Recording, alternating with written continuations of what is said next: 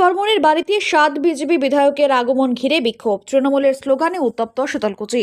বৃহস্পতিবার শীতলকুচির রাজনৈতিক আবহাওয়া উত্তপ্ত হয়ে ওঠে। আজ উকিল বর্মনের বাড়িতে দলের আরও 6 বিধায়ককে সঙ্গে নিয়ে সাক্ষাৎ করতে চান বিজেপির বিধায়ক শঙ্কর ঘোষ। তবে সেখানে পৌঁছানো মাত্রই তৃণমূল কংগ্রেসের কর্মী সমর্থকেরা বিক্ষোভে ফেটে পড়েন।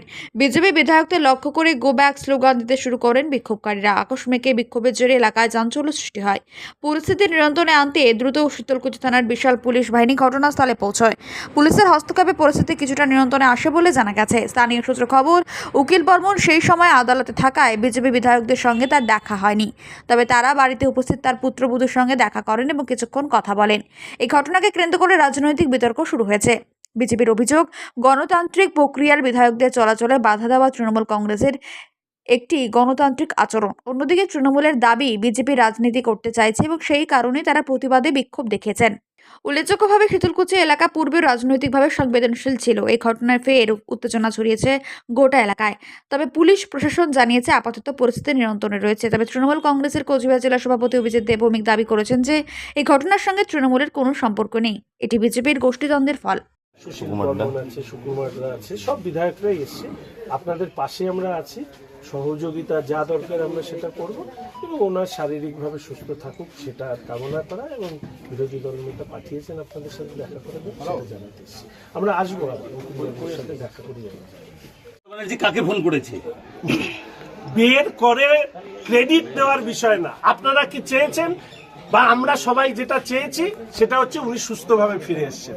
সুস্থভাবে ফিরবার যে রাস্তা বা পথ, সেই পথ দেশে এই মুহূর্তে যে সরকার আছে তারা করেছে, কারণ এই কাজটা তারাই এটা করেছে। ফলে দেশের প্রধানমন্ত্রী, দেশের প্রতিরক্ষা মন্ত্রী, বিদেশ মন্ত্রী, তাদের উপরে এই বিষয়টা বর্তায়। এটা তো কোনো ব্যক্তিগতভাবে কোনো বিষয় নিয়ে, সাফল্য নিয়ে লাফালাফি করা হচ্ছে না, এখন এটা রাজ্যেরও বিষয় নয়। আর সব থেকে বড় কথা, দেখুন, দাবি তো অনেকেই কেউ করতে পারে। কেউ বলতেই পারেন যে ভূমিকা সিং এর সাথে তিনি ফাইটার প্লেন চালিয়েছে, কেউ বলতে পারে কর্নেল সোফিয়ার সাথে গিয়ে তিনি অপারেশন সিন্দুরে অংশগ্রহণ করেছেন।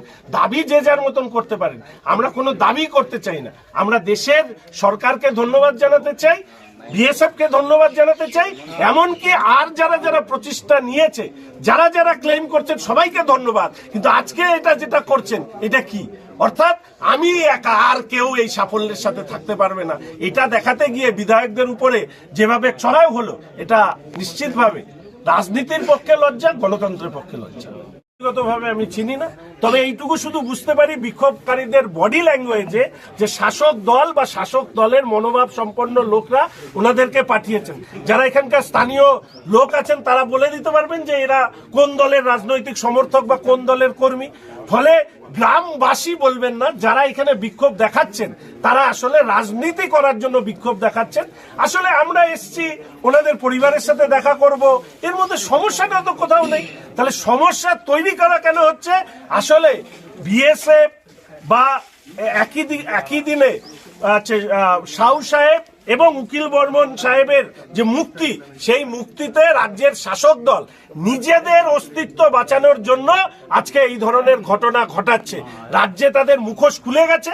মুর্শিদাবাদ, মালদায় যে ঘটনা ঘটেছে, পরবর্তীকালে পহেলগাঁওর ঘটনা, দেশের প্রধানমন্ত্রী যে কঠিন পদক্ষেপ এই ধরনের সন্ত্রাসবাদের বিরুদ্ধে নিয়েছে অপারেশন সিন্দুরে, মানুষ যখন প্রধানমন্ত্রীর জয়গান গাইছে, তখন মমতা ব্যানার্জি তার রাজনৈতিক অস্তিত্ব হারিয়ে আজকে যেটা করলেন সেটা ন্যাক্কারজনক। যে আমরা বিধায়করা শুধুমাত্র দেখা করতে এসেছি, সেখানে দাঁড়িয়ে তার দলের কে বা কারা পাঠিয়েছে বলতে পারবো না, তবে এইভাবে আটকানো, এটা নিশ্চিতভাবে পশ্চিমবঙ্গের মানুষ ভালোভাবে নেবেন। আপনার বের করতে সহযোগিতা